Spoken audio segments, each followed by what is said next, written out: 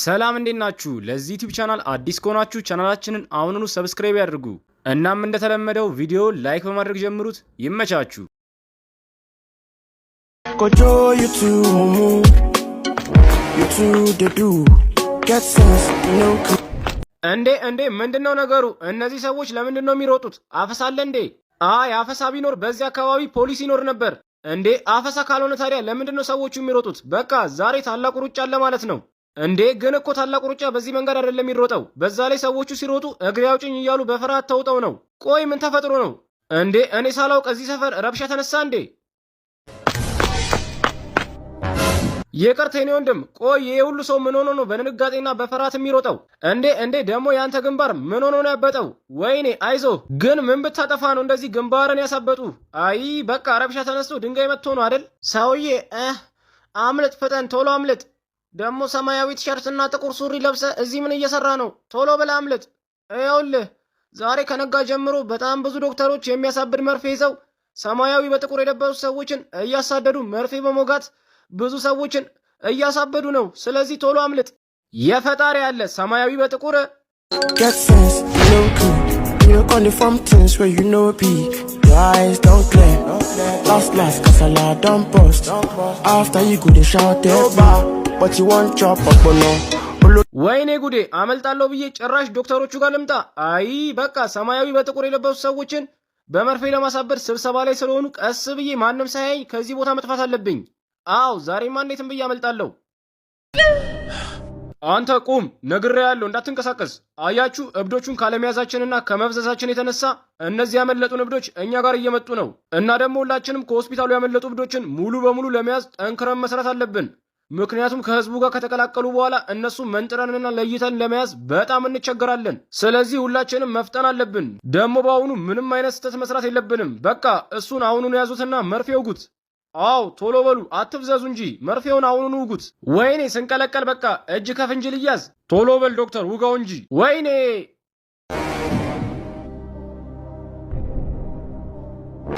እንዴ አንተም ተይዛል። በጣም ይገርማል። እኔማ አመልጣለሁ ብዬ በድንጋጤ አንዱ ግቢ ውስጥ ስገባ ዶክተሮቹ ተሰብስበው ጠበቁኝ። ግን እኔን ያልገባኝ አንተ ሰማያዊ በጥቁር የለበሰ ነው የሚያዘው ብለከኛል ነበር። ግን እኮ እዚህ ያሉት ሰዎች ሰማያዊ በጥቁር አይደለም የለበሱት።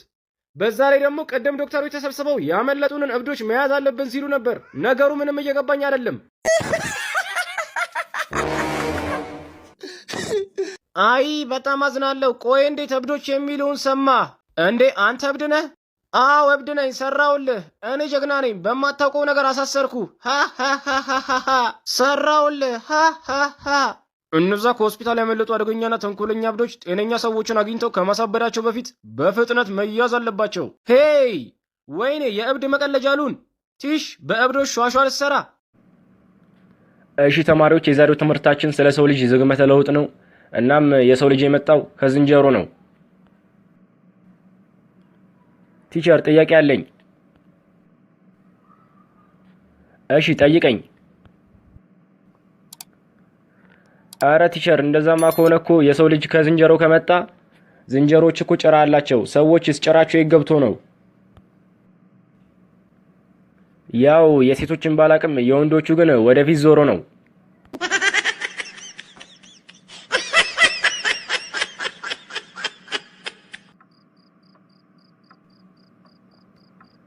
ሄሎ ኤፍኤም አዲስ 97.1 ዘፈን ለመጋበዝ ፈልጌ ነበር።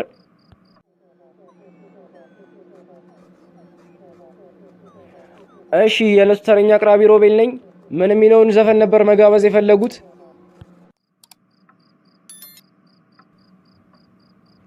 ያው ነይልኝ የሚለውን ዘፈን ነበር መጋበዝ የፈለኩት።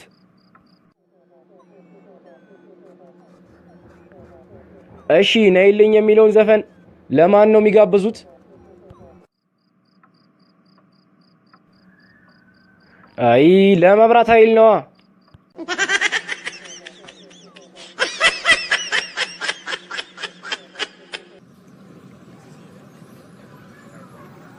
አንተ ሱሰኛ፣ እናትህ ምን ብላት ነው ሰፈሩን ስታምሰው የነበረው?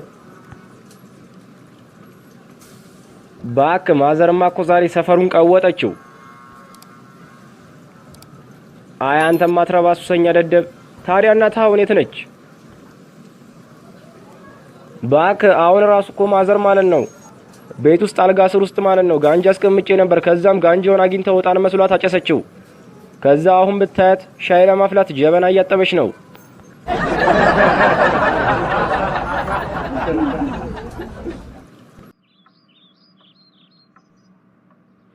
አንተ ልጅ በዚህ በጠዋት ቆይ የት ሄደህ ነው? አይ አባዬ ትምህርት ቤት እኮ ሰርተፊኬት ልቀበል ሄጄ እኮ ነው። እስቲና ልጄ ሰርተፊኬትን እስቲ ልየው። መቼስ አንተ እኮ ጥሩ ውጤት እኮ ነው የምታመጣው። እስቲና ውጤትን ልየው። እሺ አባዬ።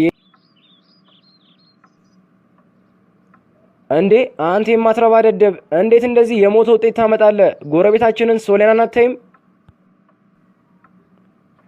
ኧረ አባዬ የእሷን እያዩ አንዴ እንደዚህ አይነት ውጤት ያመጣሁት።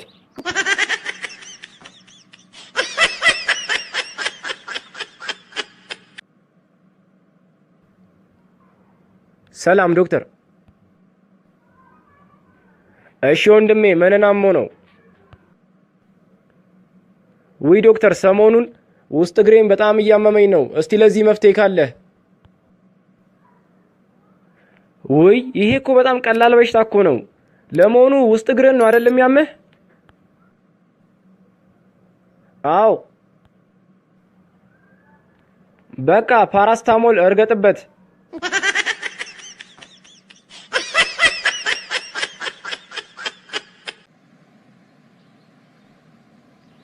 ሄሎ ውዴ እንዴት ነህ?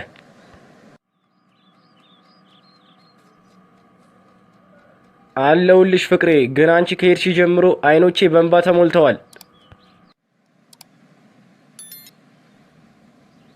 ወይኔ ጉዴ የኔ ፍቅር ናፍቄህ ነው አይደል?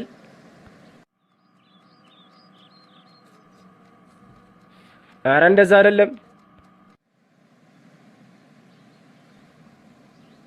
እና ታዲያ ምንድን ነው?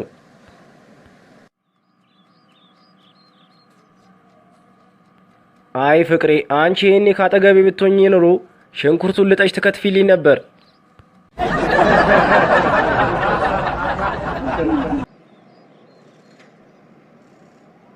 እንዴ ዛሬ እኮ በጣም ስፈልግ ነበር። የት ሄደህ ነው? እባክህ ዘይት ለማምጣት ሸማች ሂጄ ወረፋው በጣም በዝቶብኝ ወይ ከጊዜ ወይ ደግሞ ከዘይቱ ሳሎን መጣው። እኔን እኮ ያልገባኝ ቆይ ያለፈው ወር 5 ሊትር ዘይት ገዝታን ነበር እንዴ? እሱ ዘይት የት ገባ? አይ አንተ ባለፈው እኮ ከአንድ ወር በፊት የገዛሁት ዘይት እኮ ነው አልቆ አሁን ሸማች እኮ ሂጄ ነበረው። ምን 5 ሊትር ዘይት በአንድ ወር? በጣም ይገርማል። እኔ እኮ ማለት ነው 3 ሊትር ዘይት ብቻ በሁለት ወር ውስጥ እኮ ነው የምጠቀመው። ምን 3 ሊትር ዘይት በሁለት ወር? መቼስ አንተ በውሃ በርዘ መሆን አለበት የምትጠቀመው።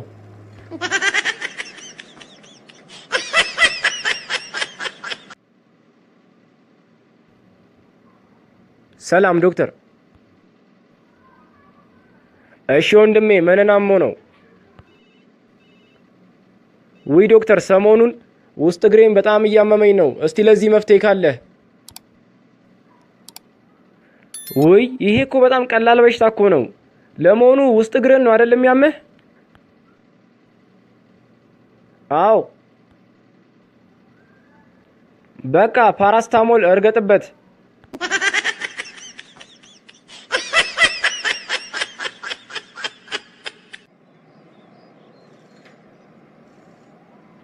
አንተ የሆነች ሀብታም ልጅ እኮ ማለት ነው ለጋብቻ ጠየቀችኝ። ግን እኔ ምንም ከሌላት ከማሂ በጣም ፍቅር ይዞኛል። ምን ባረግ ይሻላል? አይዞህ እኔ ጋር 2 ምርጥ መፍትሄዎች አሉ።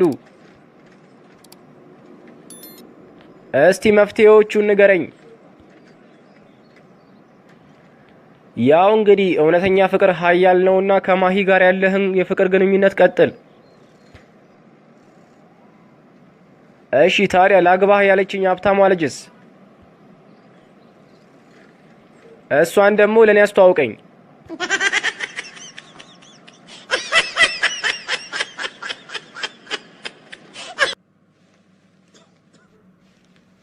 እንዴ አሁንስ በዛ። አንተ ቆይ ስንተኛ ጊዜ ነው የምትታሰረው? በቅርቡ አንዴ ተፈታው። አረ ክቡር ዳኛ 11ኛ ጊዜ አንተ ጋር ተከስሼ ነው መጣው አውቃለሁ። ግን ክቡር ዳኛ በአሁኑ ይቅር በለኝ። እኔ እኮ ምንም ጥፋት እኮ አላጠፋሁም። ያለ ጥፋቴ እኮ ነው የተከሰስኩት። ወይ ጉድ! አንተ ማለት እኮ የእስር ቤት ደንበኛ እኮ ነህ።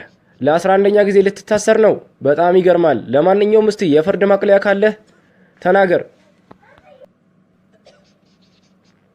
ያው ክቡር ዳኛ እኔ የእስር ቤት ደንበኛ ስለሆንኩ ደንበኛ ደግሞ ክቡር ነው። ስለዚህ አስተያየት አድርጋችሁ ልቀቁኝ።